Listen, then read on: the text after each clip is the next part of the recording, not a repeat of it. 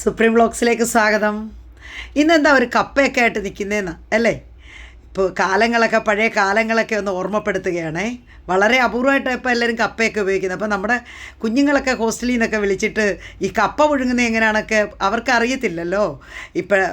പഴയ കാലങ്ങളൊക്കെ കഴിഞ്ഞു പോയി. ഇപ്പം ചൈനീസ് ഫുഡും ജങ്ക് ഫുഡും ഒക്കെ ആണല്ലോ പിള്ളേർക്കൊക്കെ പ്രാധാന്യം.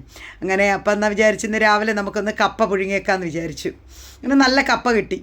അപ്പം ഞാൻ ആ കപ്പയൊക്കെ ഒന്ന് റൗണ്ടിൽ കട്ട് ചെയ്ത് അതൊന്ന് പൊളിച്ചെടുക്കുകയാണ്. നമുക്കൊന്ന് പുഴുങ്ങിയെടുക്കാം. അതിന് ഒരു ചമ്മന്തിയൊക്കെ ഉടച്ചെടുക്കാം. പഴയ കാലം പണ്ട് കഞ്ഞിയും കപ്പയും ചേനയും ചേമ്പും ഒക്കെ തന്നെ ആയിരുന്നു പ്രഭാത ഭക്ഷണമായിട്ട്. പുഴുക്കും ഒക്കെ ആയിരുന്നു കഴിച്ചുകൊണ്ടിരുന്നത്.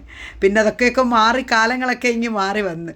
അപ്പം ഞാനതൊക്കെ കഴുകി നമുക്ക് വേവിക്കാനായിട്ട് കുക്ക് ചെയ്യാനായിട്ട് അടുപ്പിലോട്ട് വെച്ച് അടപ്പ് വെച്ചിരിക്കുകയാണ്.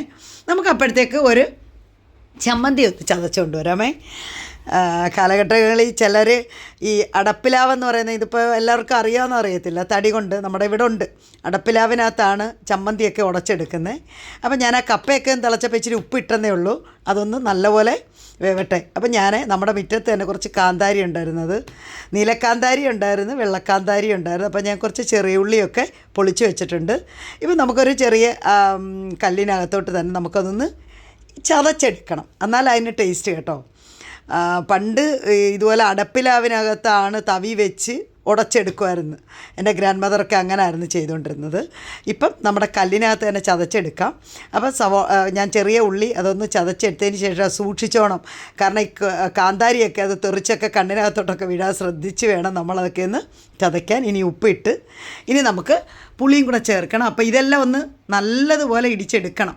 അപ്പം ഏകദേശമൊക്കെ അതെല്ലാം അരച്ചിട്ടുണ്ട്. അതൊക്കെ നല്ലപോലെ ചതച്ചെടുത്ത് ഇനി നമ്മളൊരു സ്പൂണ് ഉപയോഗിച്ച് ഞാൻ ഇളക്കി പുളിയും ഇട്ട്, കാരണം കാന്താരി ആയതുകൊണ്ട് കൈയൊക്കെ നീറും.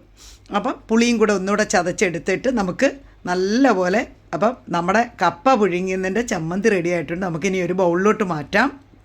ഈ പിള്ളേരൊന്നും ഇപ്പോൾ ഉപയോഗിക്കത്തില്ല, പക്ഷേ അവർക്കൊക്കെ അവിടെ കിട്ടുമ്പം അവരത് ചെയ്യാൻ വേണ്ടിയിട്ടാണ്.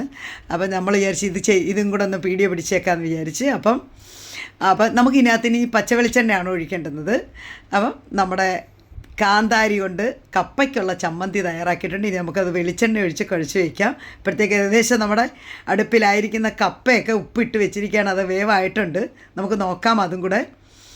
അപ്പം ഇന്ന് രാവിലത്തെ ഭക്ഷണം നമുക്ക് കപ്പയും കാന്താരിയും കൂടെ ആവട്ടെ. അപ്പോൾ കപ്പയൊക്കെ വെന്തിട്ടുണ്ട് കേട്ടോ. അപ്പം നമുക്കതൊന്ന് ഊറ്റിയെടുത്തിട്ടുണ്ട്. കൈക്ക് പെട്ടെന്നൊന്ന് ആവി കയറിയേ, ഒന്ന് ചെറിയ ചൂട് തട്ടിയതാണേ. അപ്പം നമുക്കിനി ഈ കപ്പ ദാണ്ട് ഇതിനകത്തോട്ട് നമുക്ക് സെർവ് ചെയ്യാം. നല്ല വെന്ത കപ്പയാണ്, നല്ല രുചിയുള്ള കപ്പയാണ്. കാരണം കട്ടോ അങ്ങനെയുള്ള കയ്പോ ഒന്നും ഉള്ളതല്ല, പുഴുക്കിനുള്ള കപ്പ തന്നെയാണ്.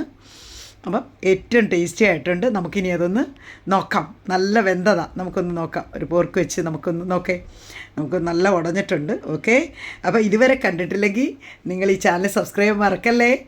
ഓക്കെ, ഇനി നിങ്ങളിതൊക്കെ ചെയ്ത് നോക്കട്ടെ. താങ്ക്സ്. ഓക്കെ.